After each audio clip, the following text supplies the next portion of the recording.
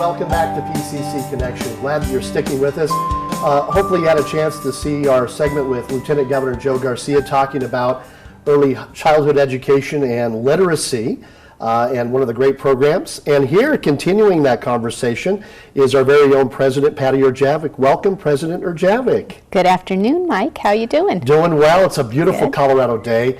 And what a great day to kick off some of the literacy things that are happening. The Lieutenant Governor is touring the state of Colorado, and he had a chance to stop by and talk with our early childhood education folks. We're going to have actually Rosemary Breckenfelder on here in a bit, but there's a lot of great things happening in higher education, K-12, early childhood. I want to just almost throw it to you, and because I know you have a lot of exciting things to talk about, but let's talk about early childhood education and how it pertains to later K-12 and then also higher education. Well, the discussion that the governor had with you earlier is magnified tenfold here at Pueblo Community College because so many of our students come to us in need of remediation in math and in reading.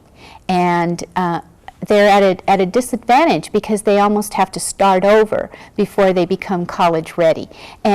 And when you're delayed, when your excitement for pursuing a degree in higher ed is delayed because of some cognitive skills, and then social cognitive skills get in the way of pursuing that, then we're losing students. Right. And so students that potentially can be successful. Absolutely. We lose great students. We lose great individuals that have so much potential. And so for that reason, we have embraced the EPIC program here in Pueblo under the direction of Bernie Zerker and the United Way. And I know that our Children's First program and our early childhood education and the whole Early Childhood Council are involved in this. And so our President's Leadership Program took this on as a project to collect books from the PCC community to support the EPIC book drive. And this book drive is intended to collect an abundance of books that then go to the Cooperative Care Center. And the idea is that every time a family comes in with a need, their groceries and their sundry items are fulfilled, but they're also handed a book. Wow. So that then when they go home, they can hopefully have a good meal and be able to have some quality time with their child, and they can sit on the couch and read to that child and hopefully improve their vocabulary and their ability to become good readers. So this isn't just about some folks getting together and having a meeting and discussion about how we want to maybe help some kids learn to read. This is books in hand and really getting this off the ground floor, right? That's right. And so this is really a top-down initiative. It starts with the governor and the lieutenant governor, and it comes all the way down here to Pueblo, Colorado, with our early childhood education and Children's First program. We believe in these two programs. We know the importance of making sure that when children start kindergarten or preschool, they have a robust vocabulary. I know that we'd like to see children with a vocabulary of at least 3,000 words. And many times children don't have that. And so they can't express themselves. They can't begin to develop their creativity. They're challenged with whatever work is put in front of them. And then it's very difficult for them to catch up. And so while the Lieutenant Governor was targeting third graders, to begin that learning process so much earlier is terribly important for their ongoing success. We're visiting with Patty Erjavec, president of Pueblo Community College, and we've been talking about literacy and early childhood education. I was really shocked when the lieutenant governor indicated that about 25% of Colorado children at age 3 are not at reading at their grade level, or not at age 3, excuse me, grade 3. And I know that on the other end of that, here at Pueblo Community College, you've invested a lot of time, energy, and money into saying, how can we redo our remedial program? How can we capture some of those students that we're going to lose? And I know one of those components is our new iGrad program.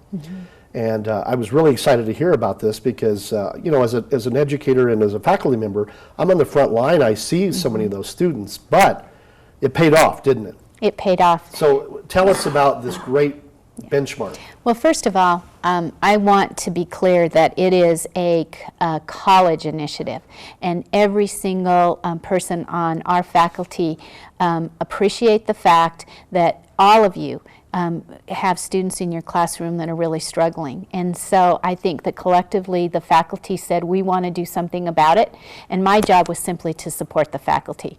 So we developed a program called iGrad, which really takes a student who may have some remedial needs, and we say, we're not going to have you go through the traditional remedial path and then go into college courses. We're going to do that simultaneously. Right. And so while you're building your math skills, we're going to put you in some college level algebra.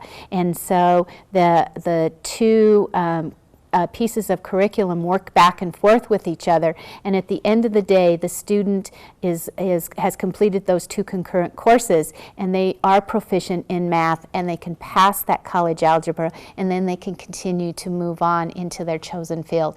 And it has really, really been very well received by our students, so much so that we since the academic year 10-11, we have increased our percent of students who need remedial, their completion has increased by 7%.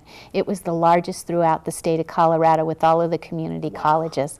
And I could not be more proud because what that means is that our community is going to have the benefit of some highly skilled, highly trained individuals who can pick up a blueprint or who can pick up a piece of instruction and comprehend that and be productive right away without the employer having to reinvest in those skills. And again, we all benefit. That's right. The student, the family, and this community. That's and right. It's a wonderful thing. Yeah. I know the governor, Lieutenant Governor Joe Garcia, didn't get a chance in our segment to talk about financial aid and the cost of college. Can you address that? I know this is something we potentially have a viewer out there who says, gosh, this sounds exciting. I want to go to college and I want to do this, and I'm even interested in early childhood education, but gosh, college is expensive. Can you visit that a bit? Well, the one thing that I would like to remind everyone about this Lieutenant Governor and our current governor is they do believe in education. And in this past legislative year, they allocated, and there is legislation that supports $100 million infusion of new capital into higher education. $60 million of that went to our institutions for operating, and $40 million of it went for merit aid scholarships, because they understand the importance of making sure that education is affordable for everybody. And so between the state financial aid and federal financial aid and these merit scholarships, our students really have a very good opportunity. If students have to leave here with a significant amount of debt, then they will not be as productive. Again, it's just as much of a deterrent as it is on the front end when you come in and you're not college ready. So the financial aid component and the investment from the state of Colorado in our students' education is so terribly important, and it's so appreciated by all of us in higher ed. Let me wrap everything what you said, because if I'm a viewer, here's what I'm hearing you say. You've erased all the barriers.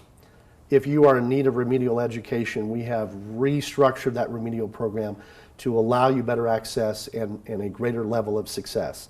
We've figured out a way to help you pay for those programs and allow you to get and pay for that quality education. And now we have partnerships in the community that allow us to get you that job placement. So the question is, what are you waiting for? That's right. And we also have a significant amount of support in addition to academic support with all of the tutoring and the extra help. Programs like Children's First can support students who are in need of daycare or who are in need of assistance with their children. They have a network of individuals that can help along with that, we have a lot of social cognitive support. So we have removed the barriers so that students can learn.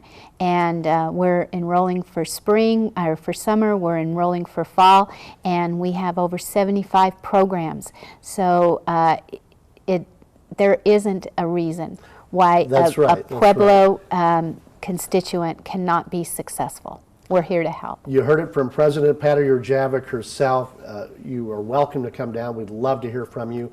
You can see us on the web at enrollpcc.org. Call an enrollment counselor today at 549-3200. Enrolling now for summer and fall 2014. 75 plus programs. Downtown studio.